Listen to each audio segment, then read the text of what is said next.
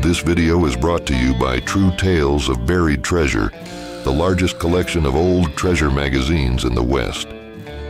On our website, you can search for individual treasure stories by region or by our original magazines themselves.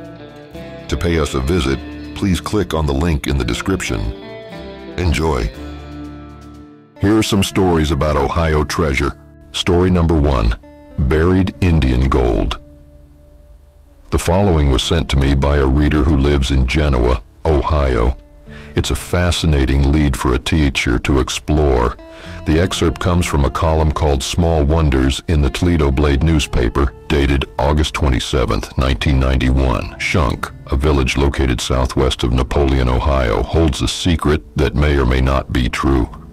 Legend has it that this quaint Henry County village is hiding a fortune in buried treasure. Orly Sturdivant, a lifelong resident, mentioned in a 1972 interview that people from as far as Oklahoma have come searching for it, but without any luck. According to Orly, the treasure is believed to have been buried by Native Americans near Turkey Foot Creek after they were forced to move west. One account suggests that the Native Americans stole $40,000 in gold from soldiers of Mad Anthony Wayne after ambushing a payroll wagon headed to Fort Defiance. Historian Carl Polzin of Toledo even shares another legend of treasure buried somewhere in downtown Shunk, this time by a group of fraternal organization brigands. For further information, one can reach out to the local library or historical society. Story number 2, Iron Drawer Stop Pot of Silver Dollars. In the quaint village of Laurel Township, nestled within the enchanting Hocking County, there resided a man named Edward Floyd.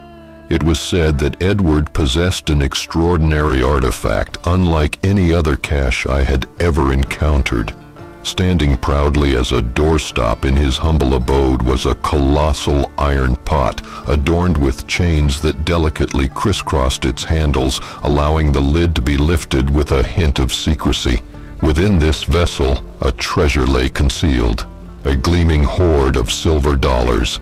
Edward Floyd's financial endeavors were far from ordinary. He found solace in the modest income generated by the gas wells on his property, but it was his alleged involvement in a bootlegging enterprise that truly transformed his fortunes. As the surrounding community grappled with the hardships of the era, they often sought financial aid from their amiable neighbor. Edward, ever the benevolent soul, would extend loans to his fellow villagers, albeit with a nominal interest. One fateful day, during a routine transaction, a keen observer noticed the absence of the iron pot from its customary spot beside the door.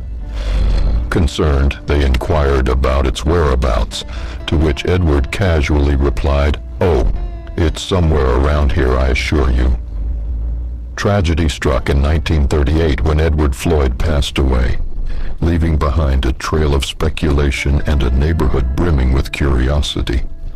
The search for the legendary pot of silver dollars commenced, captivating the hearts and minds of those who resided in the vicinity. However, despite their valiant efforts, the elusive treasure remained shrouded in mystery, forever beyond their grasp. Story number 3, Silver Ingots in River. In the enchanting land of Ohio, where tales of treasure abound, there lies a story shrouded in mystery. Jean-Jacques Blanchard, a Frenchman who came with his people in the 1700s, married a Shawnee woman and settled by Blanchard's Creek. The Shawnees, masters of the Ohio Valley, were known for their raids against the colonists. In 1780, Colonel George Rogers Clark sought to end their depredations, and the Shawnees, in fear, buried their mined silver. Blanchard, a skilled jeweler, had boxes of silver ingots that he threw into the river bearing his name. Legend says he never retrieved them, lost to the depths where he rests eternally or buried near his cabin. Though speculative, this site in Hancock County beckons to the curious treasure hunter. Story number 4, Murdered Women's Buried Money. In the magical land of Cincinnati, an old newspaper clipping from September 10, 1889, reveals a tale of mystery and tragedy. Bridget Byron, a widowed lady, resided in a small frame house on Culvert Street.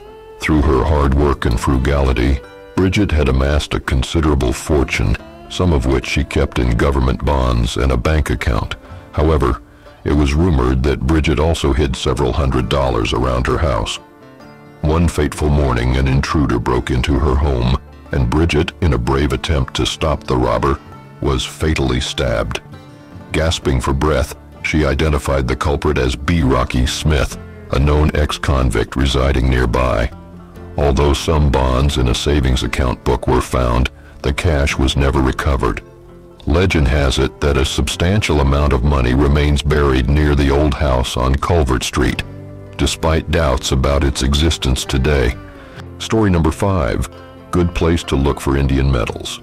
In the enchanting realm of the Midwest, there exists a hidden treasure that often goes unnoticed by many. It is none other than the Indian Peace Medal, a relic of great significance.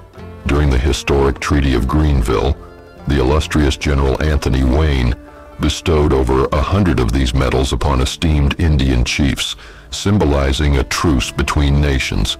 These medallions, fashioned in the shape of elegant ovals, bore a striking image on one side, a depiction of an Indian and a pioneer, joined in peaceful harmony as they partook in the sacred ritual of smoking a peace pipe. On the other side, the majestic United States eagle proudly graced the surface.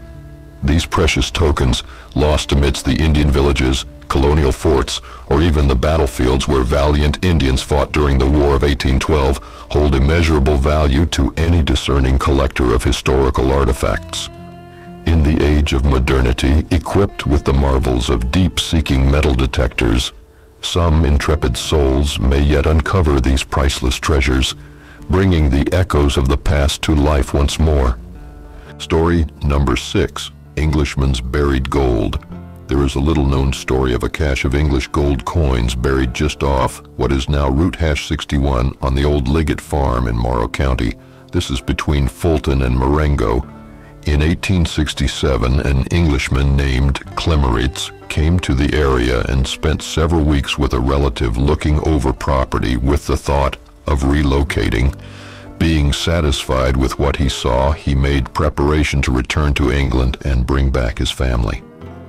Before he left, he told his relative that he had buried a sizable amount of gold coins near the cabin. Ohio was still largely a wilderness in 1867 for safekeeping, as he feared being robbed, and that he would get it on his return. Unfortunately for the Englishman, he never returned to claim his gold, as the ship he was sailing on was overturned by a storm at sea, and all hands and passengers were lost. This would be a good site to investigate through old land and census records. Story number 7, Lake Erie Treasures. Attention all wizards and witches of the Great Lakes area. If you seek adventure and treasure, look no further than the depths of the lakes themselves. The tales of lost underwater riches date back over a century, when commercial ships sailed with immigrants and cargo to Ohio, New York, and Michigan. But sudden storms and disasters sent hundreds of vessels and passengers to a watery grave. It is said that millions of dollars in gold, silver, jewelry, rare coins, and valuable cargo still lie in wait aboard those sunken ships. Treasure Ships of the Great Lakes by Thomas Wilson is a must-read for any aspiring treasure hunter. Wilson's research has uncovered countless treasures, such as a side-wheel passenger steamer that sank in Lake Erie in 1850, with $500,000 to $1 million in gold coins and bullion, plus 300 kegs of whiskey. With modern diving, salvaging, and detecting techniques, the Great Lakes could become one of the richest treasure troves in the world. So grab your wands and dive into the adventure of a lifetime. Story number 8, Moonshiner's Hidden Money. In the quaint town of Solon, nestled in Cuyahoga County near Cleveland, a man by the name of Stephen Rothkopf engaged in a clandestine operation during the early 1930s. With great skill and cunning, he operated multiple whiskey stills, filling his coffers with a fortune. Legend has it that he buried vast sums of money in the vicinity of his residence, like a hidden treasure awaiting discovery. However, tragedy struck when Rothkopf's longtime partner was discovered in 1934, submerged in the depths of Lake Erie, his feet encased in concrete. Mere days later, the enigmatic Rothkopf met his demise, falling victim to an ambush orchestrated by unknown assailants. It was a cruel twist of fate, for the duo had just sealed a lucrative deal worth $250,000, delivering forbidden whiskey to Cleveland's notorious bootleggers. Alas, the whereabouts of this fortune remain a mystery, lost in the annals of time. Curiously, Rothkopf's family never reveled in opulence, disclaiming any knowledge of what became of the ill-fated $250,000. Thus, it would be prudent to delve into police archives and peruse land records, for this very site holds the potential to unravel the enigma that has confounded many a curious soul. Thanks for watching. If you'd like to read the original article or purchase the magazine from which it was taken, please check out our website, truetalesofburiedtreasure.com.